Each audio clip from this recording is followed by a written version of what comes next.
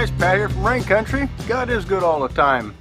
And I gotta finally had a nice day here so I can finish wiring up and installing my pump. Been kind of working in between rainstorms and different projects, and finally got it finished up today.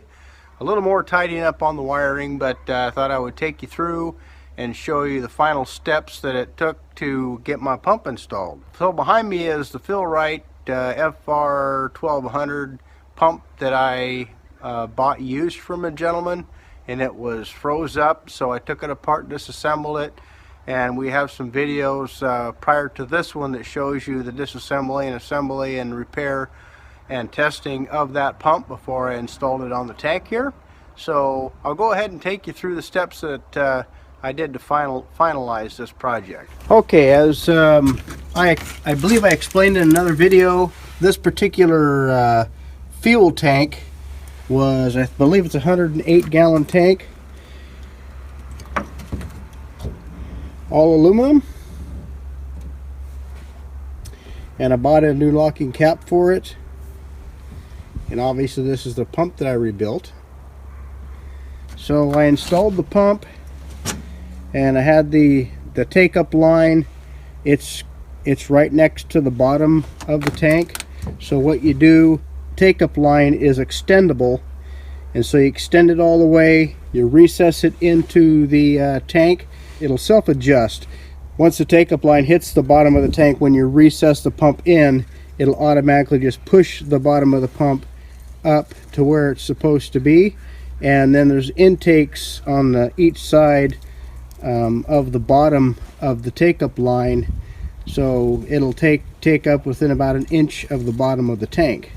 So what I found out is that I like to use that liquid Teflon tape, but I found out that it dissolves the diesel fuel, dissolves it. So I went through and put Teflon tape, the tape type tape, on all of the fittings.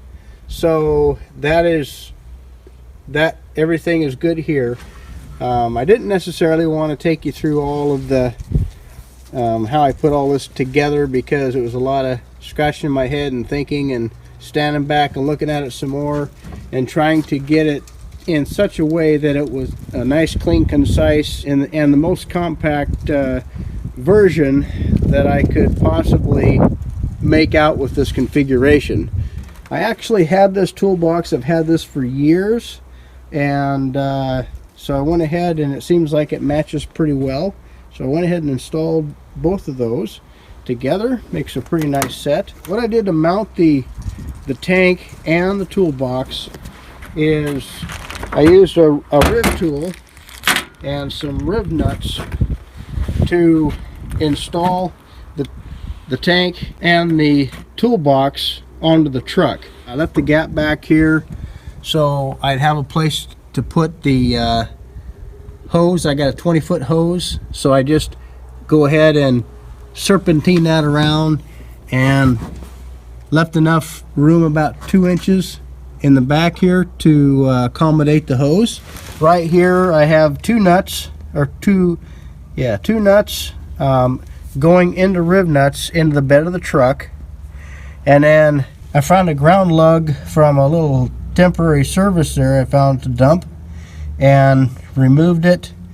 And you'll notice all the fittings that I use around here, and I take an antioxidant paste, and in this particular case it's Nolox, and I put Nolox all over my wire, the bare wire, and I actually saturate where the sheathing actually starts with the wire, and then all underneath these lockdown nuts here. And so the wire goes full length of the lug, and these are tightened down. Then I have this particular wire here going through a rubber bushing, and then it mounts underneath the truck on the truck chassis. This wire here that goes back behind the fuel tank goes up to the pump. And as you can see, this green wire here goes to the ground on the chassis of the pump itself. So we got more mounting on this side, And so now I'll go take you to where this ground is on underneath the truck and show you where I grounded it. Underneath the truck, you can see that rubber bushing. I just went right through the bed of the truck.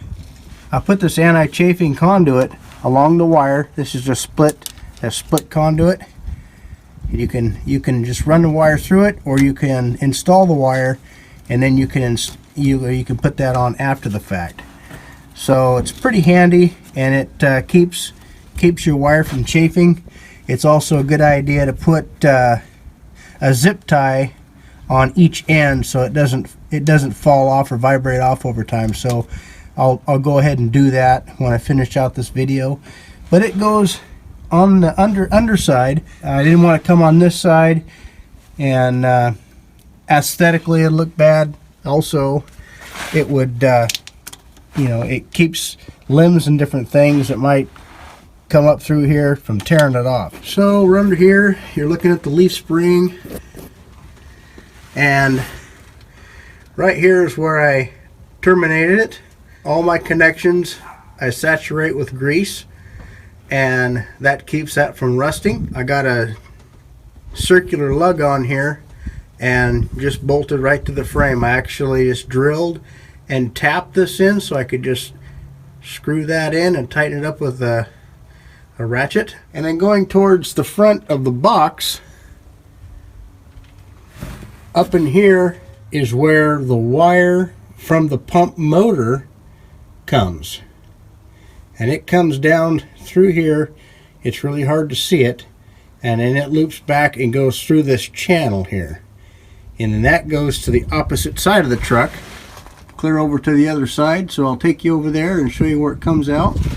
And of course, before I go to the other side, this is that wire that I'm talking about. It goes down, and it goes down to the front corner of the box, through the bottom, and then across the channel just underneath the pickup box. Okay, here's where it comes out from that other side, from the pump. It comes through here and runs down this way.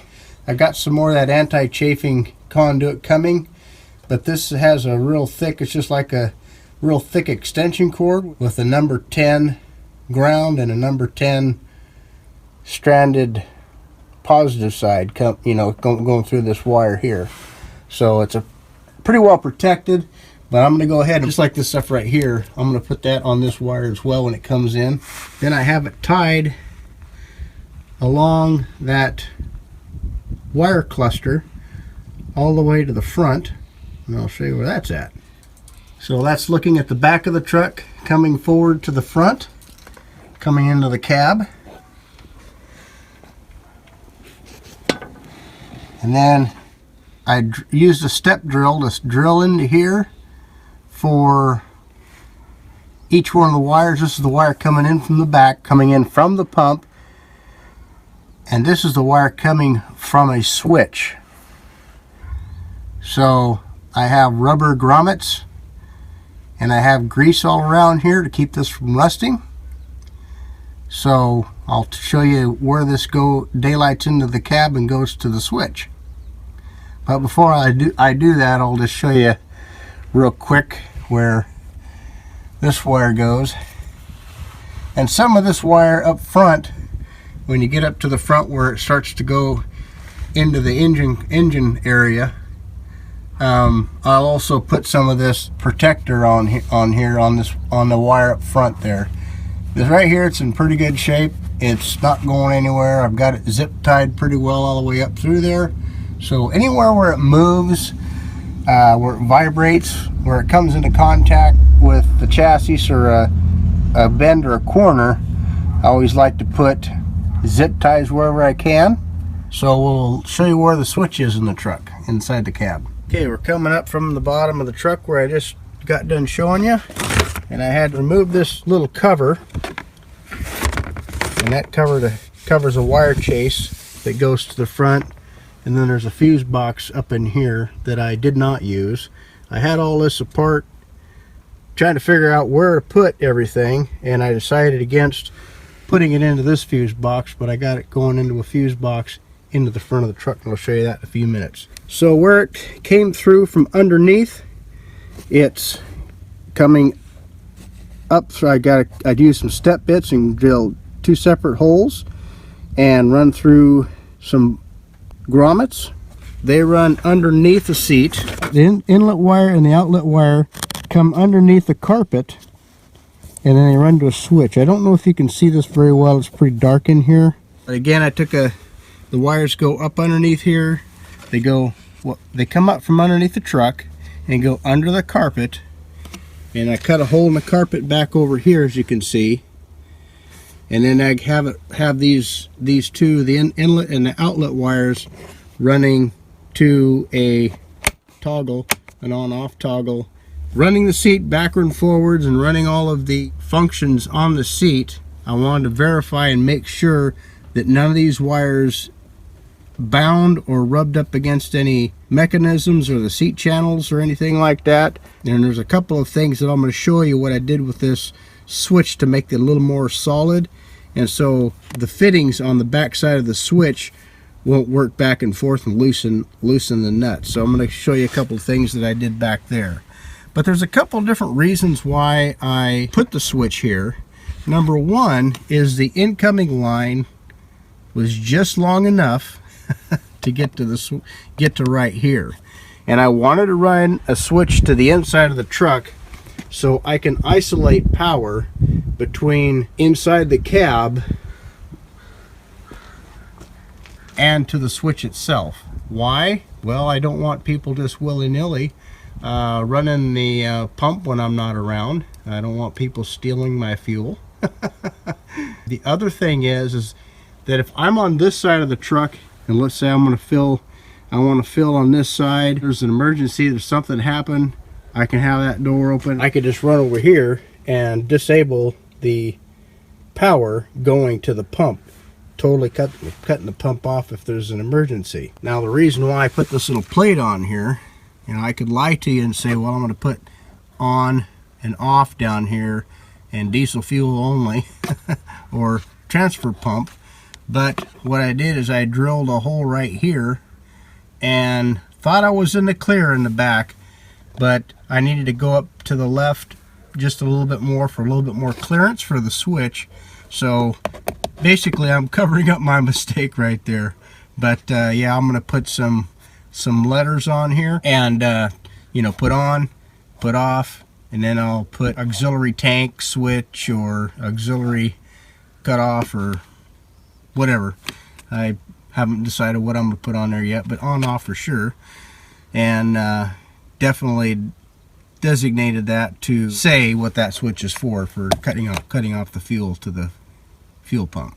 Now we're up in the engine compartment, and here I have what they call the electrical center. It's another fuse block, and I hunted and pecked around here and found a vacant area where all these high amperage fuses are located, and I made a connector, kind of modified an existing connector to fit nice and tight into one of these slots here that gave me 12 volts DC.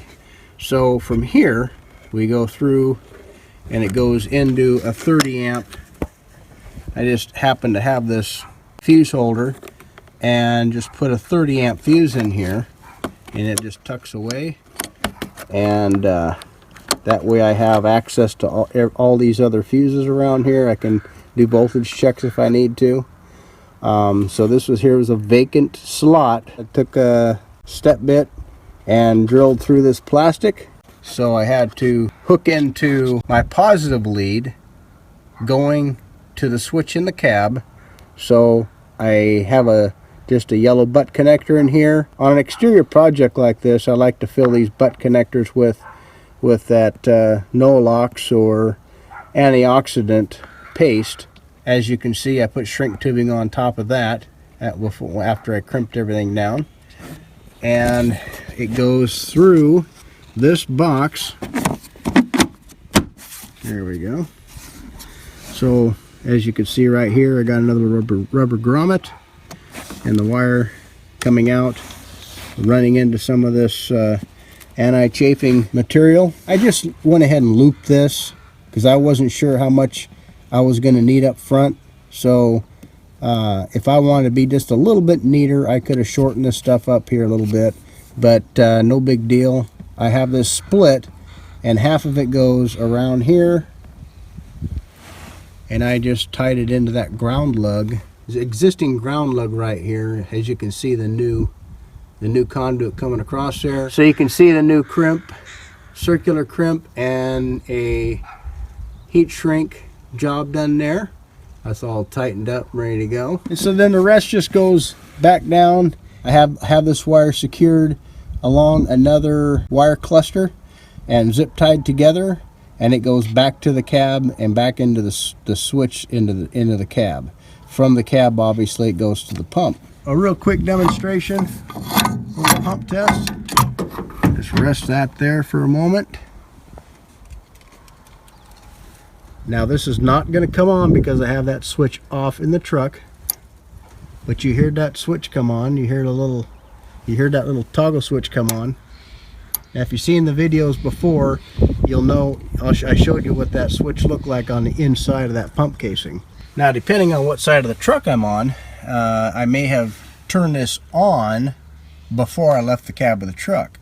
But let's say I'm at the service station and I want to fill up the pickup, and I also want to fill up the spare tank. Well, I can control on and off with that switch when at my convenience. So right now, if you listen, pump on, pump off. Now if I want to go back over here to the other side, I would have this deactivated. If I'm operating this from this side, and I want to fill up a piece of equipment on this side of the truck, so I would get out of the truck, I would turn this on, and then I would install a fill spout in the tank of whatever I'm filling up, and then I would flip this on, and then I can operate power on off from this side of the truck. So I thought that was a pretty handy feature to install. See, I put a little piece of everywhere where there's a contact point. I try to protect the wire a little bit. This is not so critical because it's a ground, but any of the hot leads coming out going towards the cab of the truck, I want to make sure that I really protect those well. But I put this on here because if this settles down on top of the box, I don't want it chafing and wearing a hole in the wire. So I got the wire protected with a piece of inner tubing from a bicycle. Well guys, that concludes the installation and test of the Fill-Rite pump that I had purchased.